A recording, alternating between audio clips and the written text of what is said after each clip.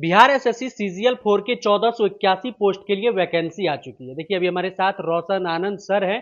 चलिए सर से बातचीत कर लेते हैं और इस पूरे वैकेंसी को क्रैक करने की, इस एक सीट पक्का करने के लिए इसमें क्या कुछ स्ट्रैटेजी होनी चाहिए, क्या कुछ बुक लिस्ट होनी चाहिए और जो भी चीज़ें हैं इससे संबंधित हम जानने की कोशिश करेंगे। सर बहुत शुक्रिया बात करने के धन्यवाद। लिए। सर 1481 पोस्ट और मिनी आईएएस कहा जाता है बिहार एसएससी सीजीएल 4 और खास करके असिस्टेंट सेक्शन ऑफिसर का जो पद होता है। सर बिहार दरोगा के बच्चे आपसे सबसे ज़्यादा जुड़े होते हैं और उसके बाद बिहार एसएससी बीपीएससी सारे जुड़े हुए हैं। लेकिन सर अगर दोनों को कंपेयर करें दरोगा और एएसओ, सर किसे आप बेस्ट मानते हैं? देखिए, निश्चित तौर पर बेस्ट जो है आपको एएसओ है। हम्म, बेस्ट इसलिए बोल रहे हैं हम्म, क्योंकि ये लोग सचिवालय में जॉब करते हैं हम्म, और सचिवालय में सीधे तौर पर एक प्रकार से कहिए तो जो मुख्यमंत्री साहब होते हैं उनसे इन लोगों का जुड़ाव होता है। हम्म, और ये सब एक प्रकार से आप ये भी कह सकते हैं कि नीति निर्माण में भी हम्म, थोड़ा बहुत योगदान इन लोगों का होता है। हम्म, तो इसी वजह से बेस्ट तो निश्चित तौर पर एएसओ है। और सबसे ज़्यादा 1481 पोस्ट है, उसमें हम्म, 1064 पोस्ट जो है एएसओ का ही है जी। पद उसमें। सर अगर दोनों में बेहतर साबित करना हो कि जल्दी रिजल्ट लेने की बात अगर करें, सर बिहार दरोगा और बिहार एसएससी दोनों में यानी कि अगर नौकरी पहले करना हो, दरोगा और सीजीएल दोनों एक टाइप से लगभग बराबरी का है, तो दोनों में अगर नौकरी पहले करना हो कि हमको नौकरी पहले लग जाना चाहिए, तो किस नौकरी की तरफ जाना चाहिए? देखिए, बिहार दरोगा का एग्जाम बीपीएसएससी बोर्ड करवाता है जी। और सीजीएल 4 जो आया है हम्म, वो बिहार एसएससी बोर्ड करवाएगा। तो जो बिहार एसएससी बोर्ड है ना, थोड़ा सुस्त है। हम्म, ऐसा हम इसलिए बोल रहे हैं हम्म, कि इंटर स्तरीय वैकेंसी का एग्जाम अभी तक नहीं हुआ है जी। और इस वजह से विद्यार्थी को लगता है कि पता नहीं कि इसका भी एग्जाम होगा या नहीं होगा। हम्म, लेकिन बिहार एसएससी के चेयरमैन संभवतः चेंज हुए हैं हम्म, और वे प्रेस कॉन्फ्रेंस भी किए थे हम्म, और उनके लहजा से ऐसा लग रहा था हम्म, कि वो बिहार एसएससी सीजीएल 4 का एग्जाम जो है बहुत जल्दी करवाएंगे। हम्म, तो बिहार एसएससी थोड़ा बोर्ड सुस्त है, हम्म, इस वजह से उसमें थोड़ा समय ज़्यादा लग जाता है। हम्म, लेकिन जो बिहार दरोगा का एग्जाम बीपीएसएससी बोर्ड करवाता है हम्म, वो थोड़ा फास्ट बोर्ड है। हम्म, सिर्फ वैकेंसी आने भर देरी होता है हम्म, विभाग के पास। सामान्य प्रशासन विभाग जो है बीपीएसएससी बोर्ड को भेजता है, हम्म, उसमें जो देरी लग जाए और जब बोर्ड के पास वैकेंसी आ जाता है ना, हम्म, तो फिर वो 15 दिन में जो है नोटिफिकेशन जारी कर देता है। हम्म, और नोटिफिकेशन जारी करने के बाद जो है 1 माह तक फॉर्म अप्लाई होता है और उसके बाद 3 माह के बाद प्रीलिम्स हो जाता है। प्रीलिम्स होने के 2 माह के बाद जो है आपको मेंस हो जाता है और 2 माह के बाद लगभग आपको फिजिकल हो जाता है। मतलब 1 साल के अंदर हम्म, लगभग वैकेंसी को बीपीएसएससी बोर्ड क्लियर कर देता है। लेकिन बिहार एसएससी में जो है ऐसा देखने को नहीं मिला है। जी। लेकिन अभी बात ये है कि बिहार दरोगा का वैकेंसी 1817 पोस्ट आना है। हम्म, पता नहीं अब क्यों नहीं नोटिफिकेशन आ रहा है। हम्म, अभी तत्काल में नोटिफिकेशन अगर देखा जाए हम्म, तो बिहार एसएससी सीजीएल 4 का आ चुका है, जी। जिसका फॉर्म अप्लाई जो है 18 अगस्त से होना है। 18 अगस्त से लेकर के 18 अगस्त 2025 से लेकर 19 सितंबर 2025 तक होना है। जी। तो इसका तो नोटिफिकेशन आ गया है। हम्म, तो अभी तो हमको ऐसा लगता है हम्म, कि बच्चों को इधर थोड़ा ज़्यादा ध्यान देना चाहिए। इधर ज़्यादा ध्यान इसलिए देना चाहिए कि जो नहीं आया है हम्म, उसके बारे में तो आप कुछ नहीं कह सकते बिल्कुल। हैं, लेकिन जो आया है हम्म, वो तो एग्ज़ाम होगा ही होगा, हम्म, भले लेट हो या जो भी हो। हम्म, और दोनों एग्ज़ाम की अगर आप बात करेंगे ना तो दोनों एग्ज़ाम में कुछ समानताएं भी है हम्म, और कुछ अंतर भी है। जी।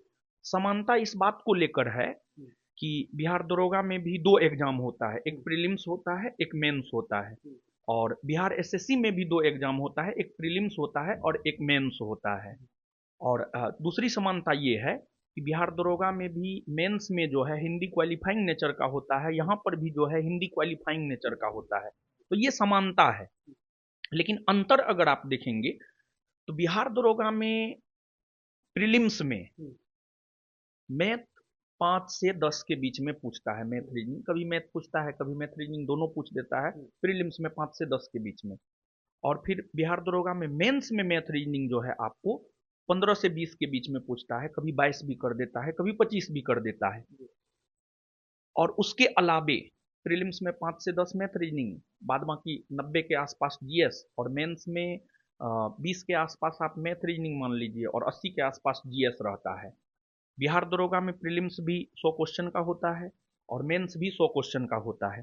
लेकिन बिहार एसएससी सीजीएल की अगर हम बात करें, तो सीजीएल में जो है आपको प्रीलिम्स में 150 क्वेश्चन आपसे पूछा जाता है, और 150 क्वेश्चन में 50% मैथ रीजनिंग है और 50% जीके जीएस है। और मेंस में भी जो है आपको पेपर फर्स्ट हिंदी होता है, हिंदी क्वालिफाइंग नेचर का होता है, 30% लाना है और वो पास करना जरूरी है।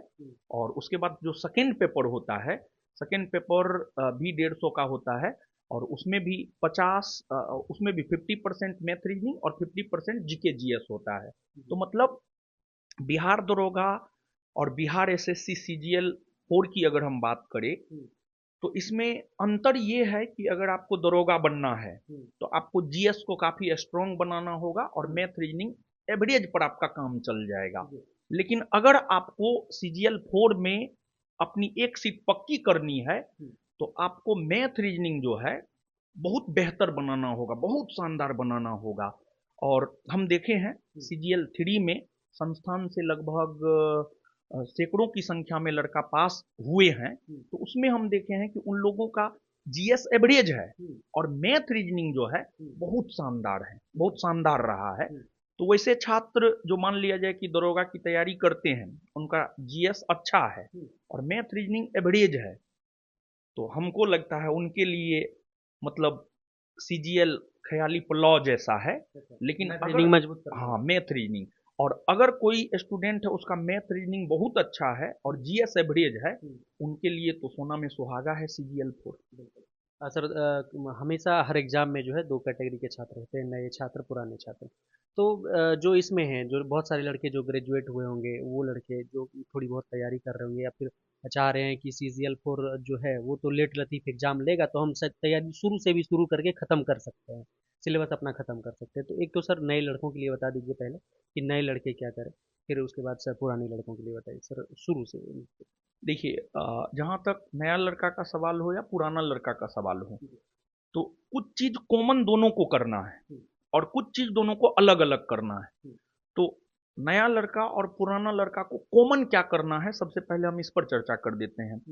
तो कॉमन काम उसको ये करना है कि उसको पीवाईक्यू, बिहार एसएससी सीजीएल का अभी तक जो भी एग्जाम हुआ है उसका पीवाईक्यू जो है, नया स्टूडेंट हो या पुराना स्टूडेंट हो जो अभी से तैयारी करना शुरू कर रहा है या जो पहले से तैयारी कर रहे हैं, दोनों को जो है देखना पड़ेगा। कॉमन काम ये हो गया।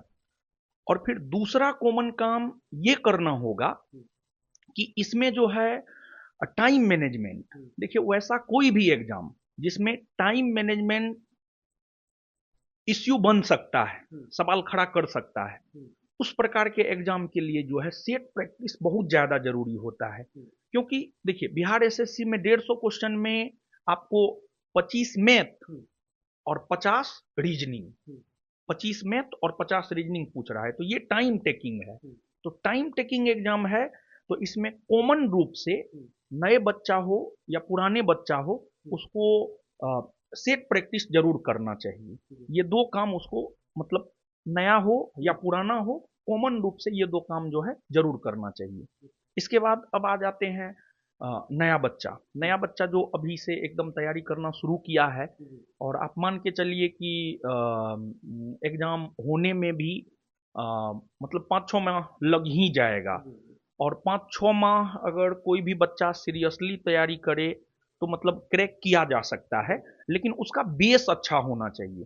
अब कोई बच्चा है, मान लिया जाए कि उसका एकदम बेस कुछ है ही नहीं, तो उसका 6 माह में कुछ नहीं हो सकता है। लेकिन जिस स्टूडेंट का बेस है उसका 6 माह में बहुत कुछ हो सकता है। तो नया बच्चा जो है एकदम सबसे पहले जो है सिलेबस को देखे, क्या पूछ रहा है, किस स्तर का प्रश्न पूछ रहा है, फिर कुछ बुक सेलेक्ट कर ले। मार्केट में बुक का कोई कमी नहीं है, अनेकों पब्लिकेशन है, अनेकों पब्लिकेशन का अनेकों बुक आते हैं, लेकिन उसमें जो है आपको सेलेक्ट करना होगा। और सेलेक्ट करने के लिए जो है, एक तो आप पीवाईक्यू पर आप मंथन कीजिए, दूसरा आप अपने शिक्षक से राय लीजिए, और तीसरा जो है आपके अगर कोई सीनियर हैं जो सिलेक्टेड हैं उनसे आप राय लीजिए, उनसे आप राय लेकर के जो है बुक सेलेक्ट करके जो है अपनी तैयारी को आप शुरू कर सकते हैं। रोशनानंद सर को सजेस्ट करना होगा तो कौन? देखिए, अगर हमको बुक सजेस्ट करना हो तो बिहार एसएससी के लिए एट फर्स्ट तो हम मैथ रीजनिंग की बात करेंगे। जी। एट फर्स्ट हम मैथ रीजनिंग की बात करेंगे क्योंकि उसका वेटेज बहुत वेटेज अच्छा आधा खासा है। वेटेज। हाँ, आधा है, 50% है। जी। तो हम मैथ रीजनिंग से बात शुरू करते हैं। मैथ रीजनिंग में हमको ऐसा लगता है कि आपको मैथ में जो है जी। एक आर एस अग्रवाल की बुक आती है, जी। उसको आप कर सकते हैं। नहीं। मैथ में, हाँ, मैथ में आर एस अग्रवाल की बुक आप कर सकते हैं।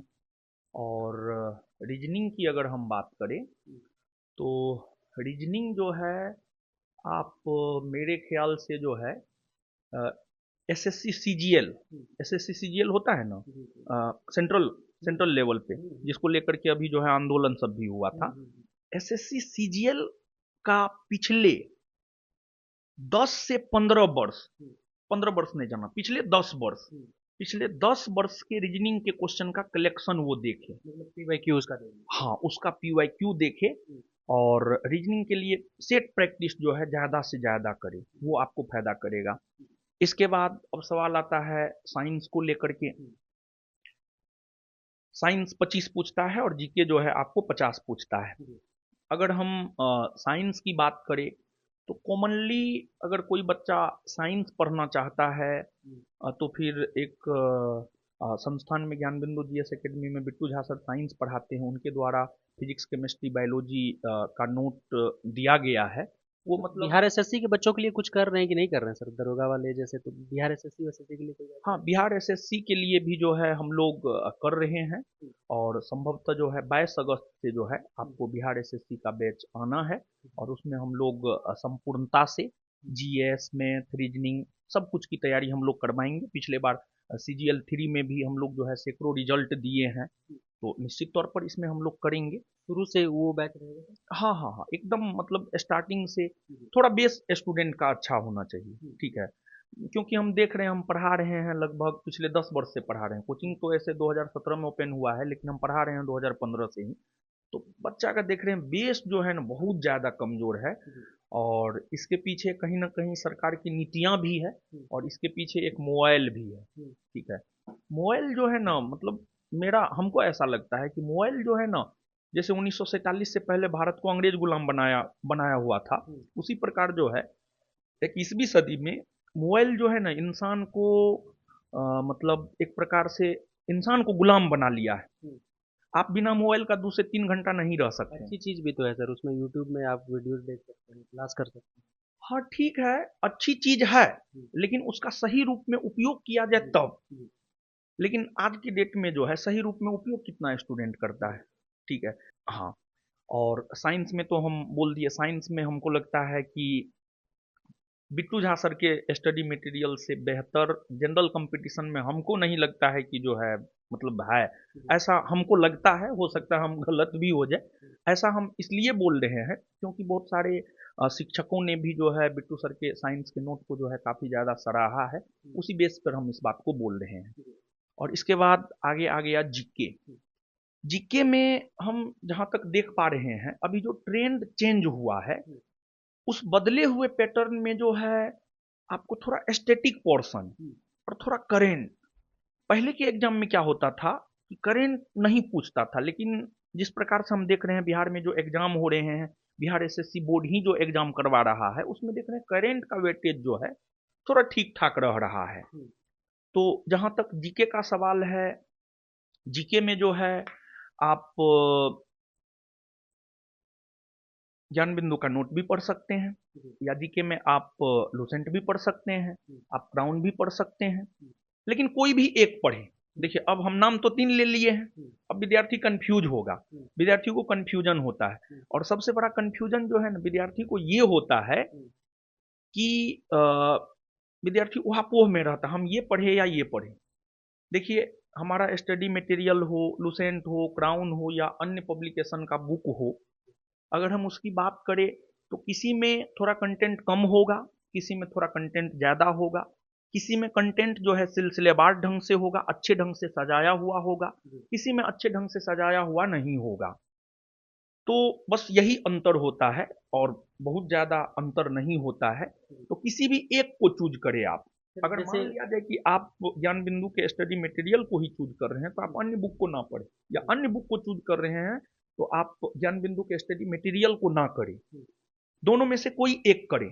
देखिए, ये जरूरी नहीं है कि हमको 5 किताब पढ़ना है, 10 किताब पढ़ना है, 12 किताब पढ़ना है। ये एकदम जरूरी नहीं है। ये जरूरी है कि एक ही किताब को हम ज्यादा से ज्यादा बार पढ़ें। देखिए, टीचर, कोई भी टीचर हो, हम हो या कोई भी टीचर हो, आपको एक बार पढ़ा देगा, पढ़ा देंगे, लेकिन जो है आपको बार बार उसको पढ़ना होगा, क्योंकि फाइनली एग्जाम में किसको बैठना है? फाइनली एग्जाम में आपको बैठना है, तो आपको ज्यादा मेहनत करना होगा।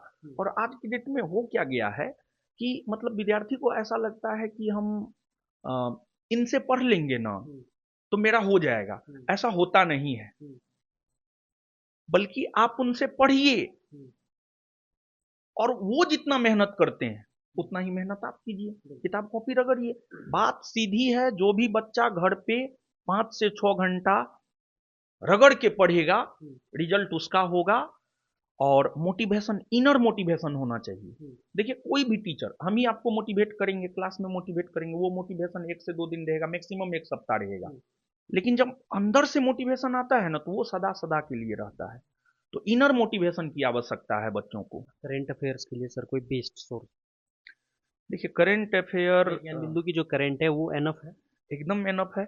हम मतलब 2000 पहले भी हम करंट पे काम करते थे, लेकिन एक होता था क्या कि पहले जो करंट पे काम करते थे, जो सच है वो सच को कबूलने में हमें कोई दिक्कत नहीं होता है।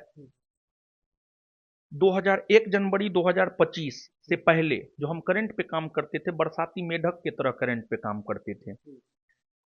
जैसे जब कोई एग्जाम आया, जैसे बिहार एसएससी सीजीएल आया तो उसके लिए हम करंट पे काम किए, बीपीएससी आया तो उसके लिए हम करंट पे काम किए, फिर जो है आपको बिहार दरोगा आया तो उसके लिए करंट पे काम किए। लेकिन बदलते हुए पैटर्न को देखते हुए जो है 2025 में एक निर्णय हम ये लिए कि हमको 1 जनवरी 2025 से करंट पर रेगुलर वे में काम करेंगे, और हम रेगुलर वे में काम कर रहे हैं। और अभी हाल फिलहाल में जो है डीएसओ का एग्जाम हुआ है, और भी बहुत सारा एग्जाम हुआ है, उसमें करंट का जो मटेरियल हम संस्थान की तरफ से दिए हैं, 2025 का जो करंट है वहां से जो प्रश्न आया है, जैसे अभी बिहार एसएससी फील्ड असिस्टेंट, यहाँ पर हम आपको एक चीज दिखा देते हैं, डीएसओ का एग्जाम है।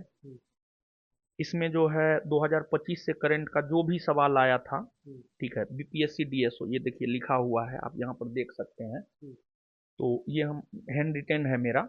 2025 से जो है डीएसओ में 5 क्वेश्चन आए थे, और 5 के 5 क्वेश्चन जो है हमारे स्टडी मटेरियल में थे। ये नीचे हम स्टडी मटेरियल भेजे हैं, हम जो करवाए हैं क्लास में। देखिए, 1 क्वेश्चन हो गया, फिर 2 क्वेश्चन हो गया, फिर तीसरा क्वेश्चन हो गया, फिर चौथा क्वेश्चन हो गया, और फिर 5वां क्वेश्चन हो गया। ठीक है, 5 क्वेश्चन हो गया।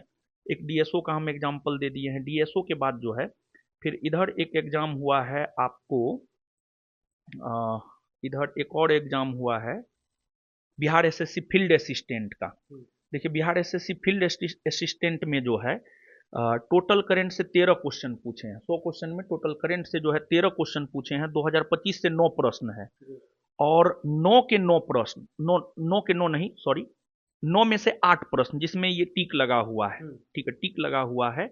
तो ये सभी प्रश्न जो है 2025 में जो हम स्टडी मटेरियल दिए हैं वहां से है, और हम अपने स्टडी मटेरियल में 2024 से 4 प्रश्न आया था इसमें। तो इसमें नोबेल पुरस्कार एक हम बताए हुए थे, नोबेल पुरस्कार वाला भी। टोटल 13 में से जो है मतलब चार चार को छोड़ दीजिए आप, ठीक है, 4 को छोड़ दीजिए, बाद बाकी 9 करंट जो है हमारे स्टडी मटेरियल से है, जिसका प्रूफ यहाँ पर जो है बिहार एसएससी फील्ड असिस्टेंट का, ये देखिए संस्थान का मटेरियल है, यहाँ पर आप गिन सकते हैं। ठीक है, हम आगे बढ़ा दिए। तो मतलब करंट के लिए जो हम लोग कर रहे हैं, ठीक है, यहाँ पर हम गिना ही देते हैं, वो एनफ है। ठीक है। हाँ, करंट के लिए जो हम दे रहे हैं, जो संस्थान से जुड़े हुए हैं, करंट मतलब जो भी हम करवा रहे हैं वो मतलब सफिशियंट है।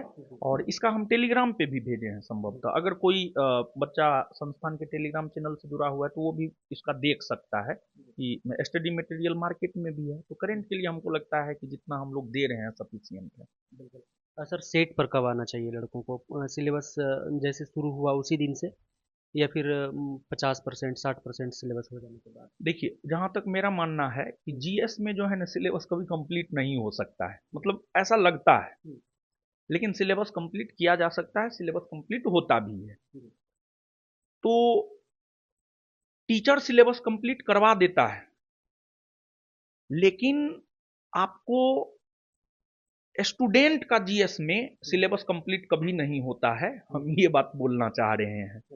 तो अगर किसी भी बच्चा का 50%, 50%, 60% तैयारी हो जाता है हम्म, तो वो सेट लगाना शुरू कर सकता है। हम्म, लेकिन अगर कोई पुराने बच्चे हैं जो कई वर्षों से तैयारी कर रहे हैं, हम्म, वो तो स्टार्टिंग से सेट लगा सकते हैं। लेकिन पुराने बच्चे भी जिनका मतलब एकदम गोल है हम्म, तो वो सेट नहीं लगा सकते हैं। हम्म, पुराने बच्चे जिनका थोड़ा बहुत अच्छा तैयारी है, 50-60% तैयारी है, हम्म। तो वो एकदम आज से सेट लगा सकते हैं। लेकिन जो नए बच्चे हैं वो सबसे पहले 50 से 60% आप तैयारी कीजिए, उसके बाद जाकर के आपको सेट लगाना चाहिए। बहुत शुक्रिया। धन्यवाद। देखिए, रोशन आनंद सर थे हमारे साथ और बता रहे थे कि कैसे तैयारियां किए जाए, नए लड़के कैसे तैयारी करें, पुराने लड़के कैसे तैयारी करें, कौन से बुक के साथ जाए, कैसे तैयारियां करनी चाहिए, कैसे सेट लगानी चाहिए और कब सेट लगाना शुरू करना चाहिए, कैसे रिवीजन करना चाहिए, सब कुछ बता रहे थे।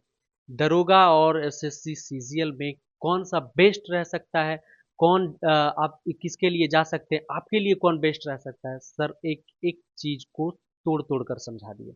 बाकी कोई सवाल है तो कमेंट बॉक्स में लिखिएगा, जरूर मिलेंगे आपसे बहुत जल्द ऑन ड्यूटी पर। जय हिंद।